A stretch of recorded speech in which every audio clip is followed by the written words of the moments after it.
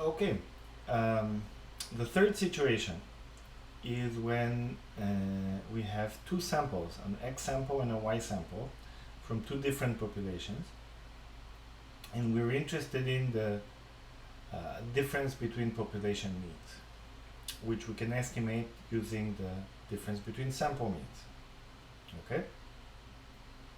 In section 3.1 we learn that we can express the sampling distribution of the difference between means using a T distribution with a fancy the standard error of that estimator is this expression, and the degrees of freedom are a fancy expression too,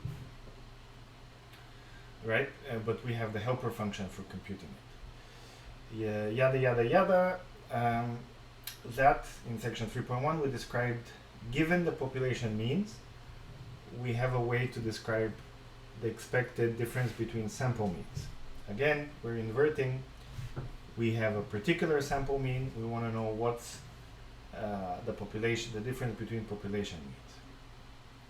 The procedure is very similar to what we did for the sample mean. Now it's the difference between sample means. It's just the parameters are different. And the formula is going to be very similar, right? So the observed difference between means times the quantile of the t distribution with a particular standard error, with the standard error for the difference between means. All right, let's jump to the example. Remember the electricity prices. West end of the city, east end of the city.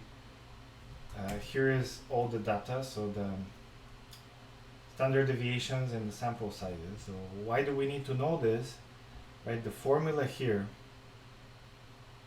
Where is the formula written more explicitly? Yeah, so each of these requires knowing the sample size and the standard deviation. Here's the observed difference between means. So we know roughly it's the difference between the two populations is roughly 3. Yeah, here is the formula. So the standard deviation, the standard error of the difference between means is this expression. And the degrees of freedom is roughly 12.6, but yeah, like just plugging in the formulas, Okay, then we need a t distribution with this number of degrees of freedom. So note this is not the same as the t distribution for one sample. This is a special t distribution for difference between two samples. Compute the quantiles, that 5% and the 95 percentiles, and then plug it into this formula to get an interval. So then the difference between means, the population difference between means, the difference between population means is anywhere between 1.9 and 4. So the single number, the best guess is 3, but this is the more accurate. Okay, the bootstrap approach, it takes 3 steps. So previously it took 2 steps, now it takes 2 steps. We simulate the sampling distribution of the mean for each sample separately, and then we just subtract, right? So if we want a sampling distribution of the difference between means, then we can generate the 2 bootstrap distribution and then subtract them. So this is a way NP subtract allows us to subtract 2 lists, so entire list. Each of these is 10,000 observations, and then this will be 10,000 differences between observations. Finally, we cut off the bottom 5% and the top 5% to get another estimate. You see it's very similar, 2 to 4. So the mean is, the difference between means is 3, but really it could be anywhere between here and here. And as I did before, here is a reusable procedure for programmers.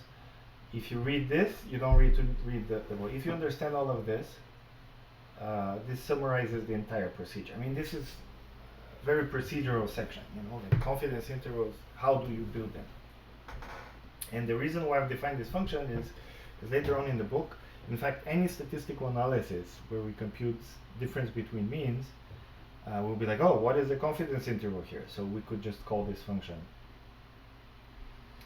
The coverage probability, I'm not going to run the simulation now, but I'll tell you the analytical approximation based on the t-distribution was accurate roughly 89% of the time, pretty accurate, and then the bootstrap distribution was 87%. Again, pretty close to the promised 90%.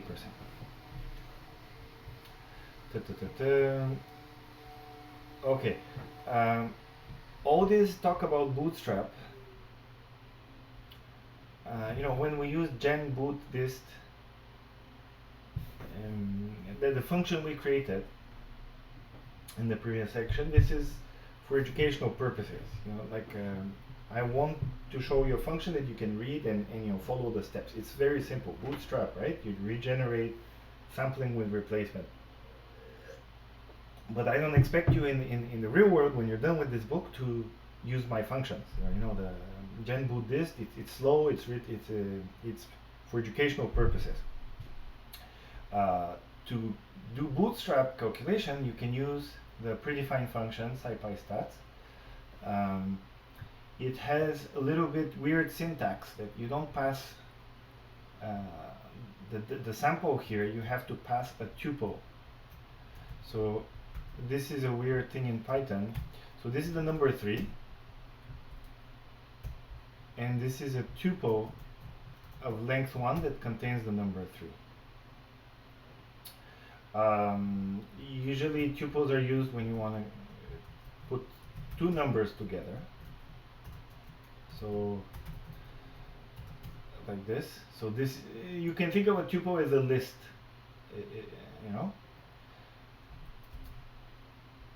Would this work? Yeah, okay, so that I know what I'm going to do now. So instead of passing in the sample, we pass a list that contains the sample.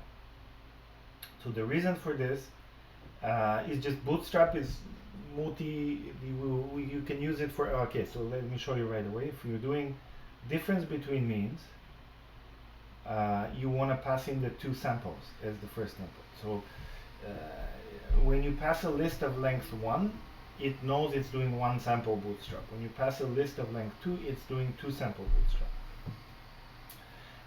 Then there's a bunch of other parameters which I won't explain now for brevity, but yes, it's a little complicated because you have to use all these parameters, but it's really fast. Like you can do 50,000 samples, it will do it in a second. The function genBootDist, the one we used before, it's written in Python, so it will be kind of slow. You don't want to do that for large samples, but anyway, check this out. This is how you generate bootstrap. The numbers are very similar to what we observed above. For analytical formulas, again, you don't need to use the function. We manually do the steps. There are better ways. So the stats models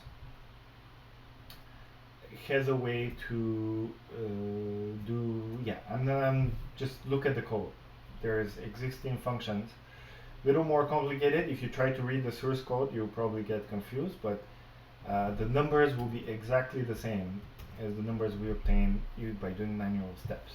So in the future, if you're like publishing a paper or doing a statistical analysis in a report, like this is what you want to use, not custom functions. They're good. It's just people will be like, why are they using this weird function? Versus here, everyone who uses Python for statistics is familiar with this other function. Penguin is yet another library that has a method to compute bootstrap and t-confidence interval. Numbers are exactly the same. Okay, that's it. In the book,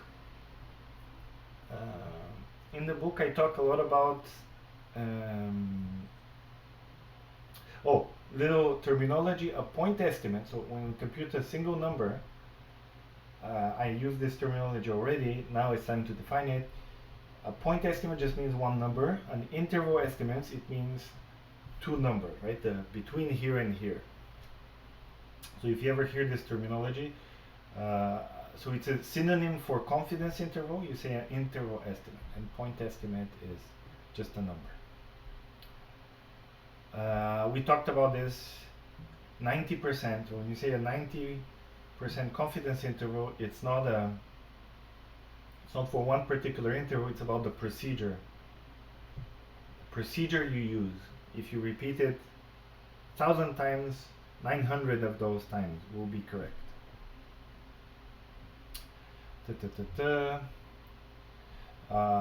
Little heads up, the students t distribution, the chi-square distribution, they work because we assume the population was normally distributed. If you try it on a different population, like an exponential distribution or something highly skewed, then you won't get the accuracy, will drop.